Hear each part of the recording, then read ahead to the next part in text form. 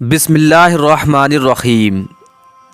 انگریز ہندوستانیوں پر کیسا ظلم کیا کرتے تھے۔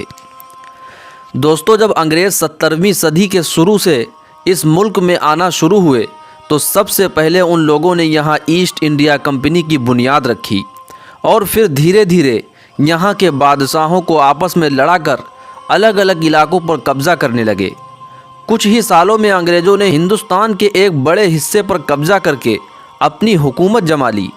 وہ اتنا طاقتور بن چکے تھے کہ جو بھی ان کے خلاف آواز اٹھاتا تو وہ موت کے گھاٹ اتار دیا جاتا۔ انگریزوں کے خلاف نئے نئے لوگ اٹھے جنہوں نے انگریزوں کو اس ملک سے بھگانے کے لیے اپنی جان تک کو قربان کر دیا، لیکن اپنے ہی لوگوں کے غداری کی وجہ سے ہندوستانیوں کو برابر شکست ہوتی رہی۔ آخر سن 1782 میں جب انگریزوں کی جنگ ٹیپو سلطان سے ہوئی تو اس میں بھی میر صادق نام کے ایک مسلمان نے ایسا دھوکہ دیا کہ ٹیپو سلطان انگریزوں کی تلوار کے نیچے آ گئے اور پھر انہیں بھی شہید کر دیا گیا۔ ٹیپو سلطان کو شہید کرنے کے بعد ان کی لاش پر کھڑے ہو کر انگریزوں کے چیف نے کہا تھا کہ آج سے یہ ملک ہمارا ہے۔ ٹیپو سلطان کو مارنے کے بعد انگریزوں نے ہندوستان کے ایک بڑے حصے پر قبضہ جما لیا تھا۔ انگریز ہندوستانی لوگوں پر طرح طرح کے ظلم کرتے، جس کو چاہتے بے وجہ ساری عمر کے لیے جیل میں ڈال دیتے، جس کے بارے میں چاہتے اس کی زمین اپنے نام کر کے اسے گولی مار دیتے۔ جو بھی ان کے خلاف آواز اٹھاتا تو ان کے گھروں کو توڑ کر مٹی میں ملا دیا جاتا۔ جب صادق پور کے بڑے بڑے علماء کرام نے انگریزوں کے خلاف بولنا شروع کیا تو ایک روز انگریزوں نے ان کی بستی پر حملہ کر کے مسلمانوں کی ایک بڑی تعداد کو شہید کر دیا۔ ان علماء کرام کے گھروں کو توڑ کر ان پر گدھوں سے ہل چلوا دیا۔ یہ انگریز ہندوستانیوں کے بیچ بھید بھاؤ پیدا کر کے انہیں آپس میں لڑاتے تھے۔ یہ ہندوستان کے جسے سونے کی چڑیا کہا جاتا تھا، اس کا سارا سونا چاندی لوٹ کر یہ انگریز اسے اپنے ملک اسپین ٹرانسفر کر رہے تھے۔ ہندوستان دن و دن غریب سے غریب ہوتا جا رہا تھا، کیونکہ ان انگریزوں کو بھی اچھی طرح پتہ تھا کہ ہم اس ملک پر ہمیشہ حکومت نہیں کر سکتے۔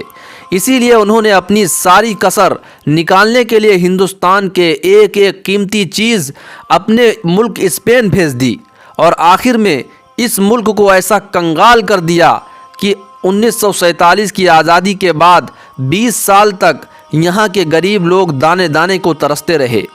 ظالم انگریز لوگ ہندوستانیوں پر دن رات ظلم ڈھاتے، جو بھی ان کے خلاف جہاد کا پرچم بلند کرتا اسے کالا پانی کی سزا پر بھیج دیتے۔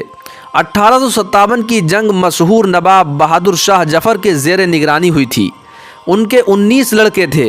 انگریزوں نے بہادر شاہ ظفر کے بہت سے سپاہیوں کو پیسہ دے کر خرید لیا تھا اور پھر انہیں شکست دے کر ان کے 19 لڑکوں کو اپنے پاس قید کر لیا۔ انگریزوں نے بہادر شاہ ظفر کو ایک الگ ویران جگہ پر لے جا کر بند کر دیا اور ان کے لڑکوں کو ان سے بہت دور کسی جیل میں لے جا کر قید کر دیا۔ انگریزوں نے بہادر شاہ ظفر کے لڑکوں کو بہت سخت سزائیں دیں۔ بہادر شاہ ظفر اپنے لڑکوں سے بہت زیادہ محبت کیا کرتے تھے اور کبھی بھی ان کو اپنی آنکھوں سے دور نہ جانے دیتے، لیکن ان ظالم انگریزوں نے بہادر شاہ ظفر کے پورے 19 لڑکوں کو بہت بے دردی کے ساتھ مار ڈالا تھا۔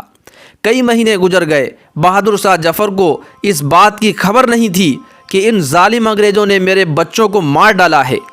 اس لیے وہ انگریزوں کے کمانڈر سے اکثر کہا کرتے کہ بس مجھے ایک بار میرے بچوں سے ملا دو، لیکن انگریز ان کی ایک نہ سنتے۔ 2 مہینے کی مدت کے بعد آخر جس دن بہادر شاہ ظفر کے 19 لڑکوں کو شہید کیا گیا تو اسی رات انگریزوں کے کمانڈر کی طرف سے بہادر شاہ ظفر سے کہا گیا کہ کل صبح کا ناشتہ آپ ہمارے ساتھ کریے گا۔ یہ سن کر بہادر شاہ ظفر نے سپاہی سے کہا کہ پہلے جا کر اپنے چیف سے کہو کہ مجھے اپنے لڑکوں سے ملنا ہے، میں ان کے بغیر تمہاری ایک بات بھی ماننے کے لیے تیار نہیں۔ بہادر شاہ ظفر کی اس بات پر انگریزوں کے چیف نے جواب دیا کہ کل صبح ناشتے کے وقت تم اپنے لڑکوں سے مل سکتے ہو۔ یہ سن کر بہادر شاہ ظفر بہت خوش ہوئے کہ چلو 2 مہینے کے بعد اپنے لڑکوں سے ملنے کا موقع ملے گا۔